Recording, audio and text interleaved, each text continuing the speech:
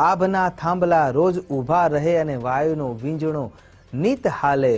ઉદય અને અસ્તના દોરડા મહી નટ બની રવિરાજ માલે. નમો નમઃ. તમારા બધાનું સ્વાગત કરું છું આધ્યાત્મિક મહાશક્તિમાં. આજે અચલા સપ્તમી, ભગવાન સવિતા સૂર્યનારાયણની આરાધનાનો એક ઉત્તમ દિવસ. જે આદિદેવ છે, જે પ્રત્યક્ષ દેવ છે, જે સવિતા સૂર્યનારાયણ પ્રત્યક્ષ રૂપે આપણને ઉર્જા આપનારા છે, જે હૃદયના કારક છે, જે સોલર પ્લેક્સના ઉદ્યોતક છે, જે એના અંદર ઉર્જા આપે છે. જો વિચાર કરીએ કે એ રથ સપ્તમી તરીકે પણ ઓળખાય છે, તો એમનો રથ આ દુનિયાનો સૌથી દિવ્ય અને અલભ્ય રથ છે.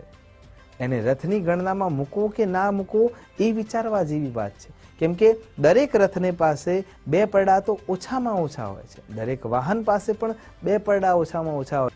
જ્યારે સવિતા સૂર્યનારાયણના રથને જોવાનો વિચાર કરીએ છીએ ત્યારે સ્પષ્ટ રૂપે આ સુભાષિત એમ કહે છે, રથસ્યેકમ ચક્રમ ભુજગયમિતઃ સપ્તતુરગાઃ નિરાલંબો માર્ગશ્ચરણ વિકલો સારથિરપી રવિર્યાન્તે વાંતમ પ્રતિદિનમપારસ્ય નભસઃ ક્રિયા સિદ્ધિ સત્વે ભવતી મહતામ નોપકરણે.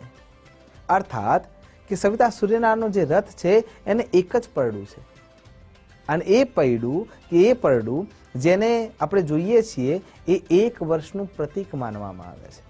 એ પડડાના અંદર 12 આરા છે કે 12 લાકડાઓ બનેલો ભાગ છે.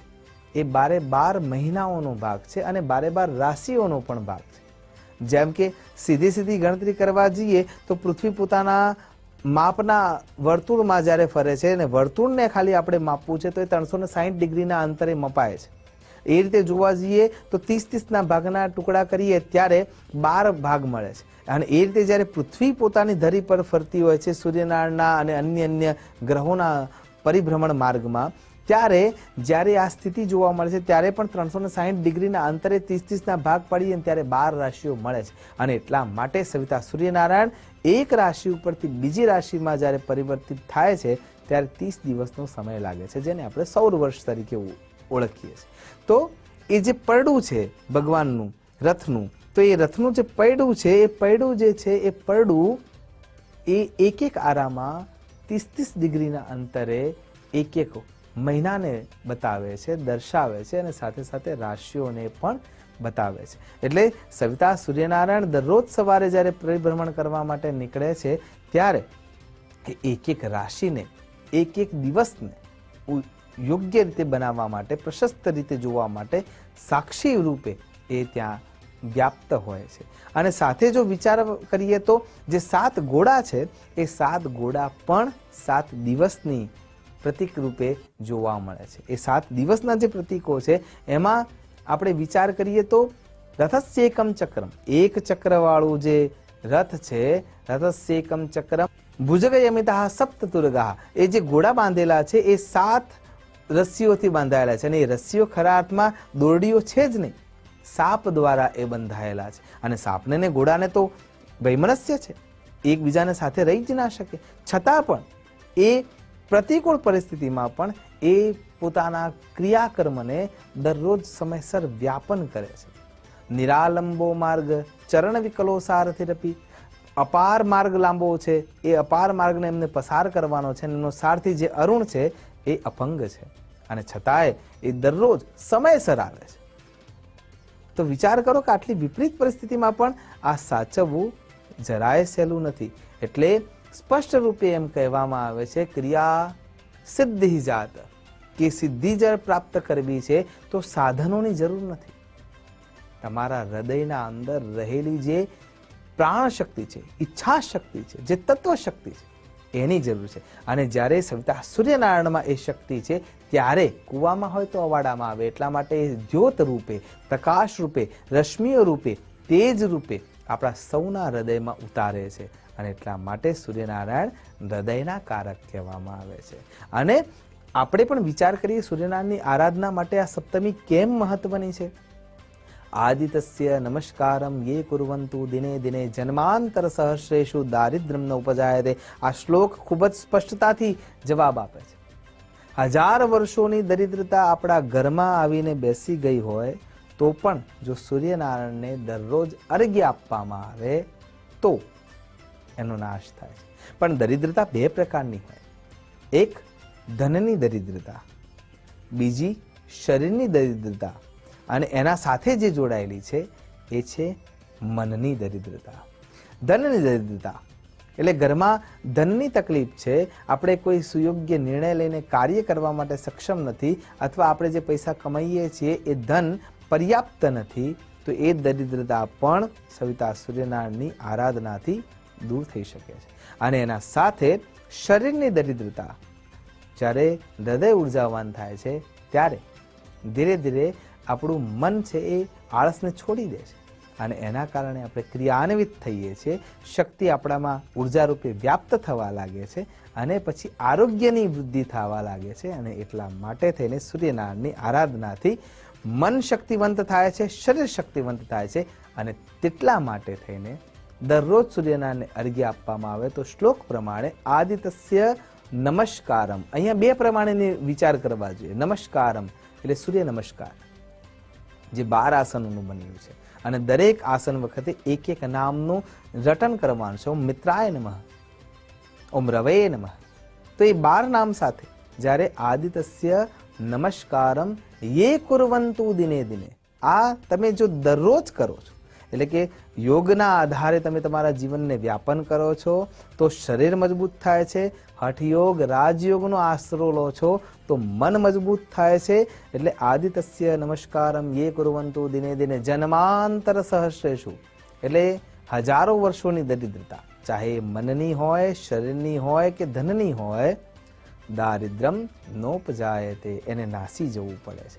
એટલા માટે પ્રાણદ્યોતક શક્તિને આત્મસાત કરવા માટે જે રથ લઈને સવિતા સૂર્યનારાયણ દરરોજ આવે છે, ઉદય અને અસ્તના દોરડે નટ બની રવિ રાજમાલે, તે જ્યારે નીકળી રહ્યા છે ત્યારે એ 7 ઘોડા જે છે એ 7 ઘોડા 7 ચક્રોનું પ્રતીક છે, 7 રંગોનું પ્રતીક છે. જાની વાલી પીનારા, આ સૂત્ર જા એટલે જાંબલી, ની એટલે નીલો, પીળો પીના નારંગી, રા રાતો, જાની વાલી પીનારા, તમામ રંગો જે શરીરના 7 ચક્રોના રંગો છે એના પ્રતીક છે.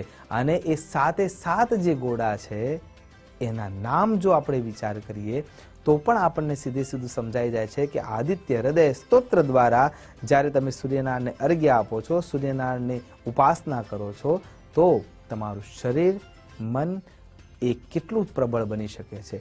તો એ 7 ઘોડાઓ જે ભગવાન લઈને નીકળે છે, એ 7 ઘોડાઓમાં સૌથી પહેલો જે ઘોડો છે એનું નામ છે ગાયત્રી.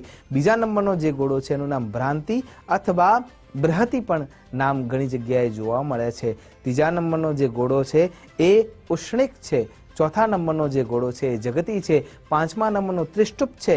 6ઠાનો અનુષ્ટુપ છે. અને 7માનો પંક્તિ નામનો ઘોડો છે. આ 7 ઘોડાઓના નામ જ્યારે જોઈશું ને ત્યારે પણ રહસ્ય ઉદ્ઘાટિત થાય છે.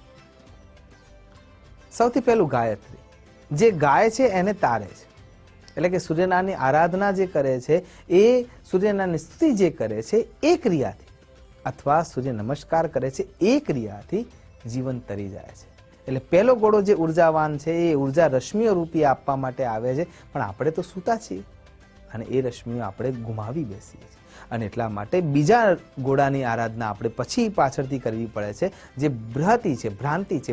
તમામ પ્રકારની ભ્રાંતિઓ છોડો, નકામા વિચારોને તોડો, નવી ઉર્જા સાથે દરરોજ સવારે નવું કરીને બતાવ્યું. કેમ કે 70,000 લોકો તો રાત્રે સૂતા જ મૃત્યુ પામી જાય છે, અને એમાં આપણી ગણતરી નથી થઈ, આપણા પરિવારની ગણતરી નથી થઈ. એટલા માટે આપણા માટે દરરોજ સવારે સવિતા સૂર્યનારાયણ જન્મદિવસની મુબારકબાદ લઈને આવે છે કે ભ્રાંતિઓ છૂટી રહેવી જોઈએ.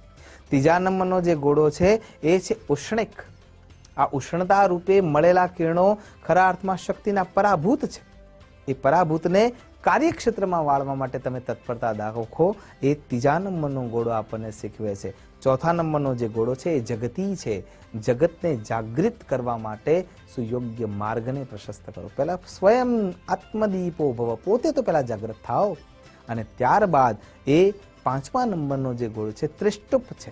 3 પ્રકારના સ્તુપોને પોતાના કેન્દ્રમાં રાખવા માટે, એટલે કે સત્વ, રજસ અને તમસ, આ 3 ગુણો એને તમારા કંટ્રોલમાં રાખો.